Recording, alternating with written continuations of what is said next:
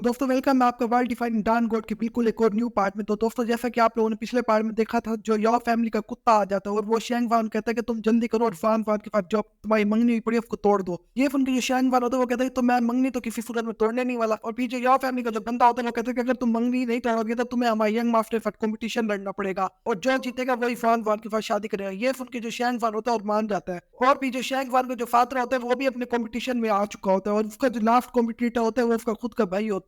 फिर अब फोर की शुरुआत होती है और हम लोग देखते हैं कि जो शेंग वान के जो फादर के जो दो भाई होते हैं उसके सामने खड़े होते हैं और वो कहते हैं कि अगर तुम हम दो भाइयों को हरा दोगे ना तो पैट्रियार्क की जो पोजीशन है वो तुम्हारी हो जाएगी। ये उनकी जो शेंग वान का जो फादर होता है जोश में बोलता है, वो कहते हैं कि तुम में से एक एक करके हो गया दोनों इकट्ठे हो गए। ये उनकी जो शेंग वान का बड़ा चाचा होता है वो आगे आ जाता है, वो कहते हैं कि मैं अकेला ही हूँ, मैं नहीं चाहता कि लोग बाद में कहे कि तुम धोखे से हारे हो। ये सुन के जो शैंग वान का फादर होता है वो जोश में बोलता है, वो कहते हैं फिर चल आजाद। और फिर ना वो ना अपनी ट्रांसफॉर्मेशन ओपन कर लेते हैं जहाँ पे उसके पीछे ना एक बहुत ही बड़ा शेयर बना हुआ आ जाता है। ये देखकर जो फितना टाइप लोग होते हैं वो कहते हैं ये तो बीफ ट्रांसफॉर्मेशन है और कहते हैं कि ये जो ट्रांसफॉर्मेशन है इसको फिर मोटर मार्शल इलम की लेवल 8 के बंदे ही एक्टिवेट कर सकते हैं। यानी जो शैंग वान का फादर है इस टाइम मोटर मार्शल इलम लेवल 8 पर है। ये देखकर जो शैंग वान का चाचा होता है वो कहते हैं जैसे कि मुझे पता था जो तुम्हारी बीफ ट्रांसफॉर्मेशन है वो बहुत ही ज्यादा जबरदस्त है। और फिर उसका चाचा कहते हैं कि आज चलो देख ही लेते हैं कि जो ग्राउंड ऑफ एंड तक कौन बचा रहेगा। और फिर जो शैंग वान का चाचा होता है वो भी अपनी ट्रांसफॉर्मेशन ओपन कर लेते हैं। ये एक वुल्फ ट्रांसफॉर्मेशन होती है। फिर वो दोनों ना अचानक से एक दूसरे पर अटैक कर देते हैं। फिर जो शैंग वान का फादर होता है वो कहता है मुझे नहीं लगा था कि तू भी अभी से ही ट्रांसफॉर्मेशन ले लेगा क्योंकि तू अभी अभी तो एवेट लेवल पर आया है। उनके जो शैंग वान का चाचा तो कहता है तू भी बुरा नहीं है, तूने अपने सारे रिसोर्सेज अपने बेटे पे लगा दिए थे मगर तू फिर भी बहुत ही ज्यादा ताकतवर है अब भी। और उनकी फिर बहुत ही ज्यादा खतरनाक बैटल चलने लग जाती है आपस में। तो ऐसा करते करते एक घंटा गुजर जाता है और फिर हम लोग देखते हैं जो शैंग वान का जो फादर होता है वो अपने भाई को बहुत ही ज्यादा बुरी तरह लड़ाई में हरा रहा होता है और एंड में वो अपना बहुत ही ज्यादा पावरफुल फिफ्थ अटैक अपने भाई पे करता है जिससे उसका जो भाई होता है वो पूरी तरह हार जाता है।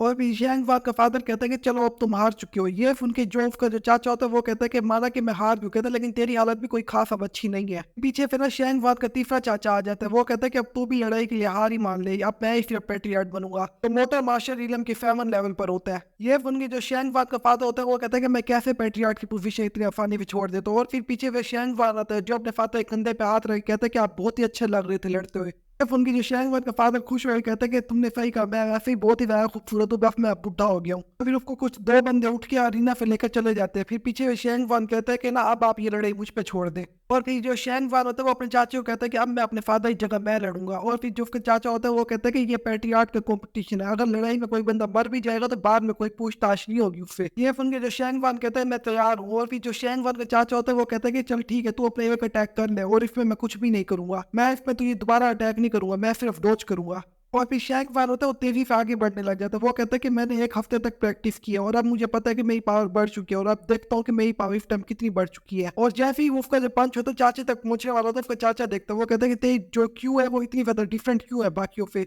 जो शैंग वान होता है वो उसी वक्त जो अपना पंच होता है अपने चाचे को मार देता है। ये देखकर जो उसका चाचा होता है फिर डॉज कर लेता है। पंच पे एक बहुत ही ज्यादा बड़ा ब्लास्ट होता है। ये देखकर जो फायर एल्डर होते हैं शॉक हो जाते हैं, वो कहते हैं कि यार शैंग वान की पावर इतनी ज्यादा कैसे बढ़े। क्योंकि जो दूसरा एल्डर होता है वो कहते हैं कि ये जो पंच है इसकी मोटर मास्टर रीडम लेवल 6 की पावर है इस पंच के अंदर इस टाइम। और फिर शैंग वान देखते हैं कि वहां पे एक शील्ड लगी हुई होती है। और फिर जो उसका चाचा आता है वो कहते हैं कि जो मोटर मास्टर रीडम लेवल 5 पे है वो लेवल 6 की पावर इस टाइम इस्तेमाल कर रहे हैं। और वो कहते हैं कि शैंग वान वाकई मैंने अंडर एस्टिमेट किया था अभी। ये देखकर जो शैंग वान होता है वो कहता है कि इस पंच में मैंने अपनी बहुत सारी पावर लगा दी थी मगर इसको कुछ भी नहीं हुआ। फिर अचानक उसका जो चाचा होता है वो अपनी जो बीफ ट्रांसफॉर्मेशन होती है उसको एक्टिवेट कर लेता है और कहता है कि ये मैंने अपनी पहली बार बीफ ट्रांसफॉर्मेशन एक्टिवेट की है। ये देखकर जो शैंग वान होता है वो बहुत ही ज्यादा शौक हो जाता है, वो कहता है ये जो बीफ ट्रांसफॉर्मेशन है वो तो सिर्फ लेवल 8 के बंदे ले सकते हैं, तो तुम तो भी लेवल 7 पर हो तो तुम इसको कैसे ले सकते हो। ये सुनकर उसका चाचा होता है वो कहता है कि वाकई में ये लेवल 8 की पावर है। कहता है लेकिन मैं अभी ब्रेक थ्रू के बहुत ही ज्यादा करीब हूँ, कुछ ही दिनों तक मेरा ब्रेक थ्रू भी हो जाएगा, इस वजह से मैं लेवल 8 की बीफ ट्रांसफॉर्मेशन इस टाइम यूज कर रहा हूँ। और फिर उसका चाचा होता है शैंग वान पे बहुत सारे अटैक कर देता है मगर शैंग वान उनसे बचने लग जाता है। और फिर से जो शैंग वान होता है अपना अफोर्ड ड्रैगन फीफ को अपने चाचे पे चलाता है मगर उसका चाचा फिर से डोज कर लेता है। और ये देखकर जो शैंग वान होता है बहुत ही ज्यादा शौक हो जाता है, वो कहता है अब भी इसको कुछ नहीं हुआ और कहता है कि लगता है कि मुझे इससे थोड़ा दूर जाकर हमला करना चाहिए इस पे। ये देखकर उसका चाचा तेजी से शैंग वान के ऊपर आ जाता है और वो कहता है कि तू बहुत ही ज्यादा फ्लो है और तेजी से शैंग वान के मुंह पे एक ग्लास चढ़ देता है जिससे जो शैंग वान होता है सीधा एल्डर्स के बीच में जाके बचता है। जो शैंग वान का चाचा होता है वो कहता है कि अगर शैंग वान तुझे 10 साल और दे दिए जाए ना तो मुझे आराम से हरा देगा। और कहते हैं लेकिन बड़े अफसोस की बात है कि आज जो पैट्रियार्ट की पोजीशन है उसको मैं आज ही जीत जाऊंगा। तो फिर जो शेंग वान का चाचा होता है शेंग वान पे बहुत ही ज्यादा अटैक करने लग जाता है। ये देख के शेंग वान से बड़ी मुश्किलों से बचता है। फिर शेंग वान अपने दिल में सोचता है कि जो मेरा फूड ड्रैगन फीफ्ट है उसने इसका कुछ भी नहीं बिगाड़ा और जिस वजह से मेरे पास जितनी भी जो क्यू थी वो सारी खत्म हो चुकी है। तो शेंग वान होता है तेजी से अपने चाची के ऊपर अटैक करने के लिए बढ़ता है और कहता है कि अगर मैं डॉज नहीं कर सकता तो फिर मैं अटैक करूंगा। ये देखकर जो उसका चाचा होता है वो कहता है कि आज मैं तुझे ऐसे कुचल दूंगा जैसे एक पत्थर एक अंडे को कुचल देता है।